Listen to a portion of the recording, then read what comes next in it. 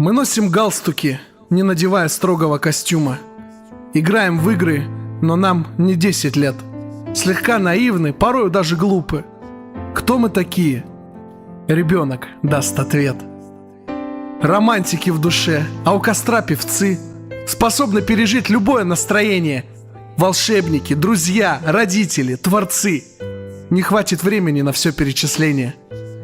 Улыбку детям можем подарить, а можем строгость слова, попробовав однажды в сердце сохранить. Вожатый. Это звучит гордо.